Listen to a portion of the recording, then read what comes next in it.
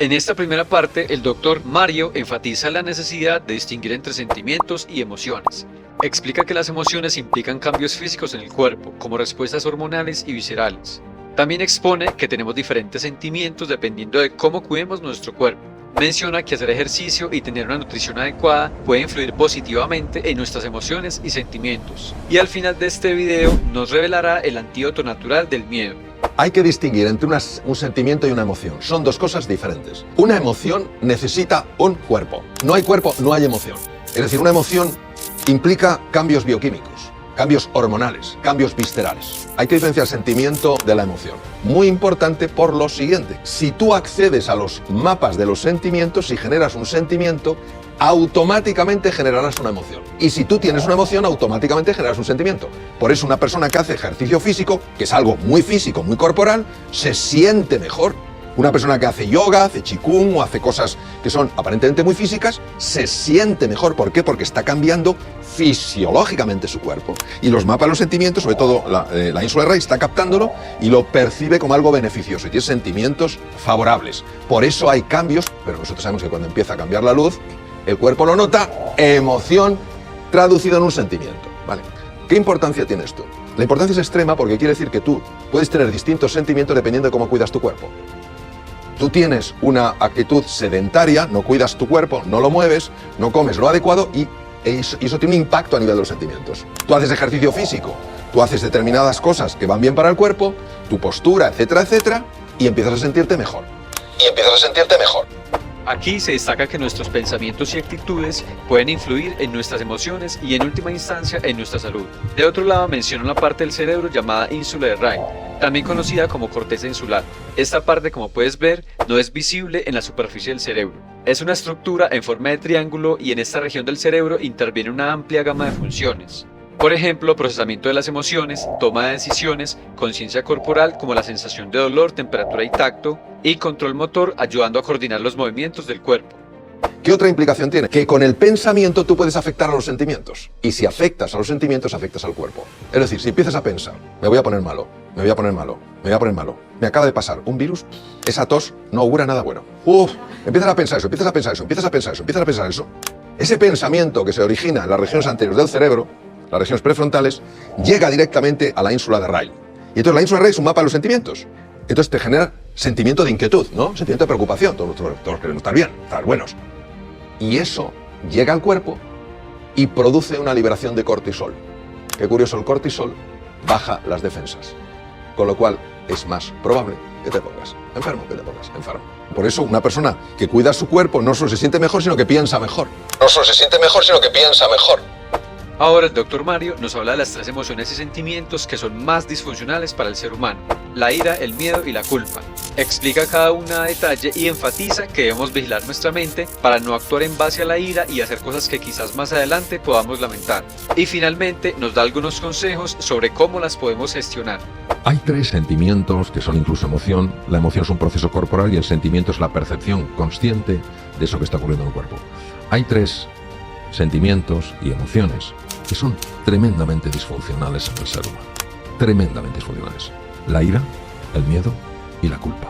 La ira tiene dos expresiones. La ira exterior, que lo podemos ver desde la persona que insulta, hasta la persona que hace gestos de amenaza, hasta la persona que golpea o incluso mata. Pero hay una forma mucho más oculta, que es la ira encerrada, la ira contenida, el volcán durmiente. Y que en un momento determinado tu hijo, tu hija, tu pareja, un compañero, un amigo dice algo y saltas con una tremenda violencia, ¿no? Esa es la ira. El miedo. El miedo es una emoción que, ajustado en intensidad y en contexto, tiene todo el sentido del mundo. Si yo me voy a un parque natural en la India y no tengo precaución, sabiendo que hay serpientes cobra, sabiendo que hay tigres, sabiendo que hay leopardos, soy un insensato. El problema del miedo en el ser humano es que la mayor parte de los miedos son generados por la mente. Entonces, cuanto más miedo tenga yo a una persona, más la voy a atacar y voy a sentir que me estoy defendiendo. Entonces, hay que tener mucho cuidado porque la ira y el miedo son las dos caras de la misma moneda, exactamente la misma moneda. Si yo tengo ira y ataco, tengo miedo a la reacción. Si tengo miedo, para protegerme, ataco. Estas dos emociones van por un lado. Y la tercera es la culpa. La culpa no tiene nada que ver, absolutamente nada que ver, con la tristeza por el error cometido y la llamada al arrepentimiento. He cometido un error, he hecho un daño, ha tenido unas consecuencias, lo siento profundamente y voy a ver cómo puedo reparar esto. Eso es necesario y perfectamente válido. La culpa es el castigo que yo infrinjo en otra persona o en mí para hacerme sufrir de forma constante. Me hago sufrir porque soy culpable de lo que hice. Me hago sufrir porque soy culpable de lo que soy. Me hago sufrir porque cometeré errores y meteré la pata. Entonces la culpa es devastadora. Y los tres, yo le llamo los tres jinetes del apocalipsis, porque la ira, el miedo y la culpa van siempre de la mano. Entonces, absolutamente esencial vigilar la mente. Y cuando tú sientas ira, lo primero que tienes que hacer es no abrir la boca y no mandar un email y no llamar por teléfono o mandar un WhatsApp, porque eso es una bomba de relojería. Lamentablemente a veces, por no saber sujetar nuestra lengua, pronunciamos el discurso que más vamos a lamentar. Entonces lo primero ante la ira es no te dejes llevar por ella. No niegues que la tienes, porque si la intentas bloquear, la ira te va a salir por otro lado. Reconoce que tienes ira aunque sea con tus seres más queridos. En segundo lugar, no actúes en base a la ira. Tú puedes tener ira, pero tú tienes la capacidad de no responder, de no reaccionar de acuerdo a esa ira. En tercer lugar, lo que tienes que hacer es observar la ira. Tienes que desapegarte de la ira. Sé que es difícil, también sé que se puede hacer. Es decir, intenta tomar distancia y observa esa ira, cómo está afectando tu cuerpo. Notarás a lo mejor que se te contrae la mandíbula, notarás que la respiración es más torácica. Obsérvalo. El simple distanciamiento es como si le quitara potencia a esa ira. Luego toma 3 respiraciones profundas, 1, 2 o 3, y finalmente hazte una pregunta: ¿qué es lo más importante aquí? Y entonces descubrirás que lo más importante aquí no es reaccionar, sino responder, como todo pide un entrenamiento. Y cuanto mejor nos entrenemos, mejor vamos a poder gestionar esto. El miedo, exactamente lo mismo. Si la mayor parte de los miedos son absolutas creaciones de la mente para bloquearnos. Descartes, un filósofo de la talla de él, el padre de la filosofía racionalista, escribió una carta al final de su vida que decía: mi vida estuvo llena de preocupaciones, la mayor parte de las cuales jamás sucedieron. Es decir, todo lo que es la proyección de un futuro horrible, empezar a sufrir ya, esos miedos son verdaderos engaños de la mente, lo que los hindúes llaman maya. Yo lo que recomiendo es conocer la realidad.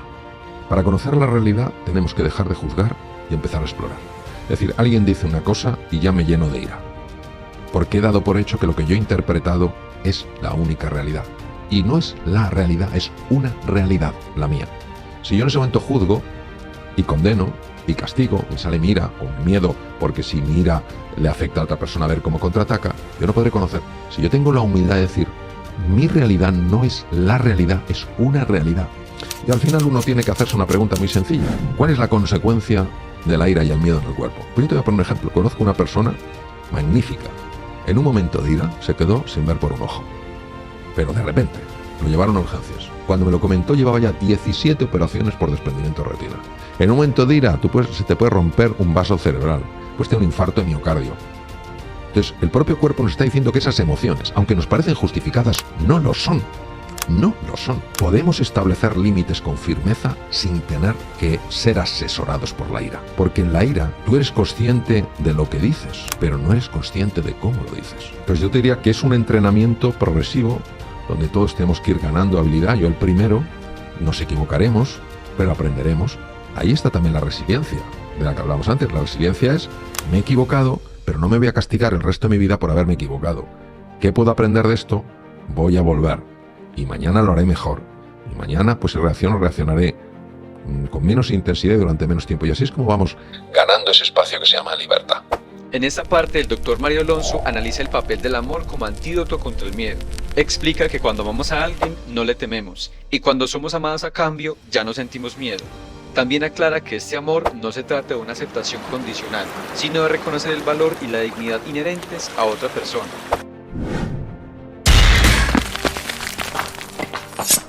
El amor es el antídoto natural del miedo. ¿Por qué? Porque cuando tú amas a una persona, no la tienes miedo. Y porque cuando una persona te tiene miedo, pero se siente amada por ti, deja de tener miedo. Entonces, ¿de qué amor estamos hablando? No estamos hablando del amor como lo entendemos las personas, de forma que es un intercambio. Yo te amo si eres como yo quiero que seas. Yo te amo si tú me correspondes. O cosas tan horribles que se oyen a veces, fruto de nuestra ignorancia, nuestra maldad: si eres así, Dios no te va a querer. Con lo cual, imagínate la imagen que tenemos de ese Dios, y no me extraña que tantas personas, lamentablemente, rechacen a alguien tan sublime, ¿no? Por esa conexión que han hecho. Entonces, ¿qué quiere decir? Que el amor es transmitirle a una persona: yo no te quiero por cómo eres o dejas de ser, yo te quiero por quién eres. Yo te quiero por quién eres. Porque eres una persona digna de respeto, porque eres un ser humano. Y desde ese amor sí se pueden establecer límites y decir: hasta aquí no, pero yo no busco agredir a la persona, no estoy canjeando, tú te portas de una manera, yo te amo. Lo que estoy diciendo claramente es: estos son los límites. No está en juego el amor, pero sí está en juego a lo mejor que tú y yo sigamos juntos.